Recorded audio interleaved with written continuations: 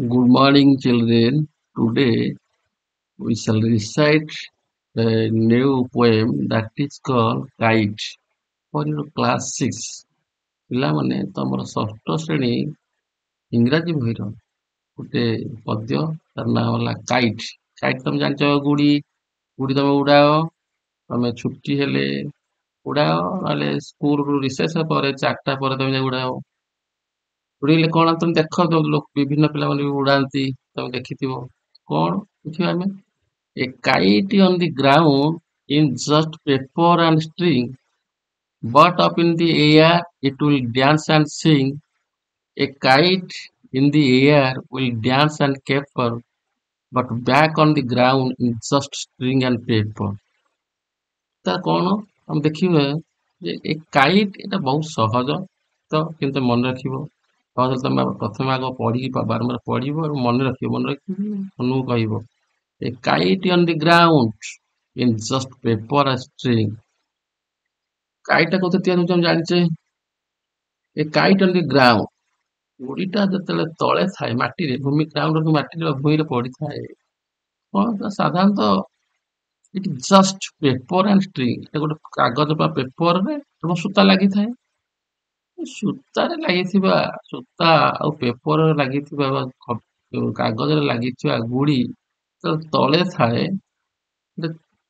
ଥାଏ ନା କଣ ଭୂମିରେ ଯେତେବେଳେ ଥାଏ, ସାଧାରଣତଃ ଜାଣ କାଗଜ ଏବଂ ସୂତାରେ ତିଆରି ଜିନିଷ। But up in the air it will dance and Singh.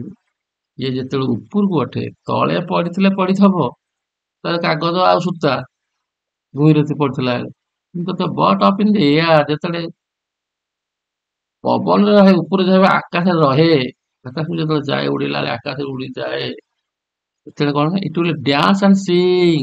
ଜାଣ ଯୋଉ ଏମିତି ଏମିତି ଏମିତି ଏମିତି ହୋଇକିରି ଯୋଉ ବୁଲେ, ଇଆଡୁ ଯାଏ ନାଚିଲା ଭଳିଆ ହୁଏ, ଗୀତ ଗାଇଲା ଭଳିଆ। ତେଣୁ ଏଠି କବି କଣ କହିଛନ୍ତି, ଯେତେବେଳେ ମାଟି ତଳେ ପଡିଥାଏ, ମାଟି ଉପରେ ପଡିଥାଏ, ସେତେବେଳେ କାଗଜ ସୂତା ସାଙ୍ଗେ ସମାନ। କିନ୍ତୁ ଯେତେବେଳେ ଆକାଶରେ ବା ପବନରେ ଉଡେ, ଉଡେ କଣ ସେ ନାଚେ ଜାଣ। ଇଆଡେ ଯାଏ ସେଇଆଡେ ଯାଏ ସେଇଆଡେ ଯାଏ, ସେଟା ନାଚେ। କବି କହିଛନ୍ତି ସେ ଗୀତ ସେ ଇଏ ହଉନି ଯେ ସେ ଗୀତ ଗାଉଛି ମୁଁ ନାଚୁଛି। ସେକେଣ୍ଡ ଟା ଦେଖ, a kite in the air will dance and caper.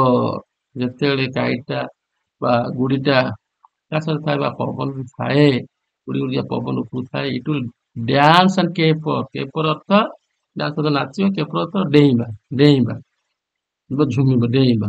ଯେତେବେଳେ ଆକାଶରେ ରହେ ବା ପବନରେ ନାଚେ ଏବଂ ଡିଏ, ନାଚେ ଏବଂ ଡିଏ, ତେଣୁ ଝୁମି ହୁଏ। ତେଣୁ ଗୁଡିଟି ଯେତେବେଳେ ଆକାଶରେ ସେ ନାଚେ ଓ କେପର, କେପର ଅର୍ଥ ଝୁମିବା, ଡେଇଁବା, ଡେଇଁବା। But back on the ground, ପିଲାଙ୍କୁ କବି କହିନଥିଲେ କି ଯେତେବେଳେ ତଳେ ମାଟି ତଳେ ପଡିଥାଏ, ସେ ସୂତା ଏବଂ କାଗଜ ସେ ସମାନ, କିନ୍ତୁ ଆକାଶକୁ ଯାଏ ଏବଂ ନାଚେ ଗୀତ ଗାଏ। ଏଟା ସେମିତି ଯେତେବେଳେ ଆକାଶରେ ଥାଏ ନାଚେ ବା ଡୁଏ, ଗୀତ ନାଚେ, ଡିଏ। But back on the ground, ଯେତେବେଳେ ମାଟିକି ପଳେଇ ଆସେ, ସେଇ ସାଧାରଣତଃ କଣ ଷ୍ଟ୍ରିଙ୍ଗ ଆଣ୍ଡ ପେପର, ଷ୍ଟ୍ରିଙ୍ଗ ଅର୍ଥ ସୂତା, ଷ୍ଟ୍ରିଙ୍ଗ ଅର୍ଥ ସୂତା ବା ଥ୍ରେଡ, ଆଣ୍ଡ ପେପର, ପେପର କାଗଜ, ତଳେ ପଡିଯାଏ ସେ ସୂତା ଏବଂ କାଗଜ ସହିତ ସମାନ। ତେଣୁ ତମେ ଏଇ ଯୋଉ ଦି ପଦଟା ଶୁଣିଲ, ଆଉ ଥରେ ଦେଖ ପଢିବଟା କେମିତି ପଢିବ।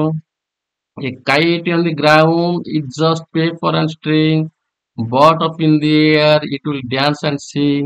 A kite in the air will dance and caper, but back on the ground is just string and paper.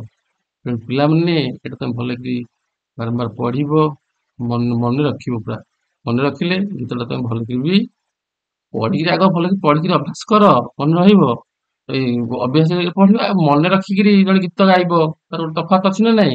ତମେ ପଢିକି ପଢ, ବାରମ୍ବାର ପଢ, ତାର ମନେ ରହିଗଲେ ବୋଲି ଆହୁରି ଭଲ ଲାଗିବ। ତେଣୁ ପିଲାମାନେ ତମକୁ ଯଦି ଏଟା ଭଲ ଲାଗିଥିବ, ତମେ ଏଟା ତମ ସାଙ୍ଗମାନଙ୍କ ସହିତ ସେୟାର କରିବ ଏବଂ କହିବେ, ସେ ଲାଇକ୍ କରିବେ ଏବଂ ସବସ୍କ୍ରାଇବ କରିବେ। ତେଣୁ thank you for watching this poem.